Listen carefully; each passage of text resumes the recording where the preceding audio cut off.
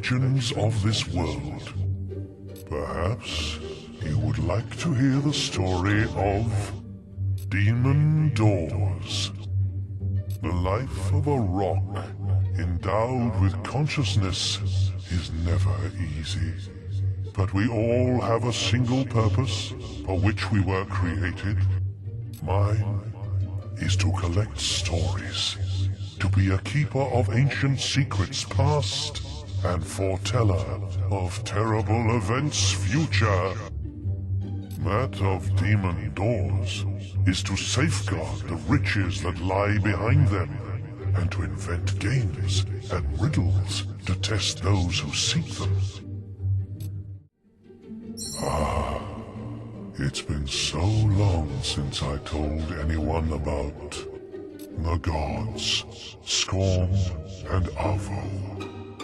Though many worship these so-called gods, the temples to Skorm and Avo can only be dated as far back as 400 years ago, when they were founded by a ruthless trader.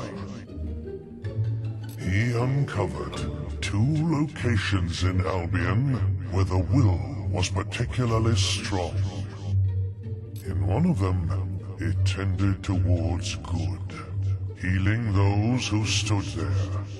In the other, it tended towards evil, filling the mind of its visitors with horror and violent urges. The trader saw an opportunity. He would create 2 temples to 2 opposing gods, and demand gold from those who felt their power. In time, people came to believe in the existence of Skorm and Avo, but they are nothing but false idols. I shall tell you about the Singing Sword. One of Albion's oldest fables is the tale of a sword whose enormous powers were matched only by the perfect pitch voice with which it would sing battle songs. But in some versions of the myth, it was its dreadful lack of tune that would defeat whole armies. This has led some scholars to believe that the tale has its roots in Temens, the worst bard ever to exist.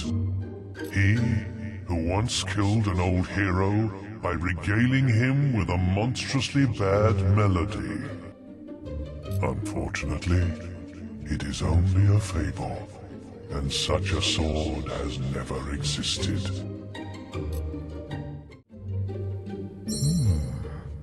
Let's see.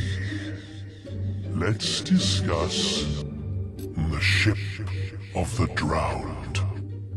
When the Old Kingdom constructed the Hook Coast Lighthouse, they did so to house a magical item known as the Fire Heart. The beating of its powerful pulse summoned a ship from the depths of time, sunken for millennia, with a crew of whispers. This ship could carry the traveler to any part of the world, no matter how remote or inaccessible. But it would take a steely soul to withstand the desperate solitude of the journey.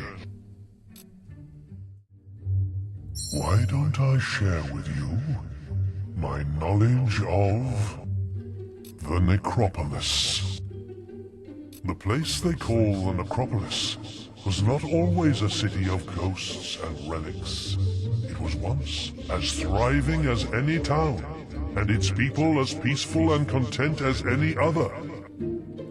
Yet, there was one among them who was not so satisfied with this life, and bargained the fate of his city in exchange for wealth and power with entities too powerful to comprehend. The very next day, the riches he had desired were his, but he wasn't able to enjoy them for long. A vast force from beyond this world swept the city and wrought utter devastation so swiftly that the dead didn't realize they were no longer among the living. Some still wander the streets, shadows of their former selves, forever condemned by the avarice of one man.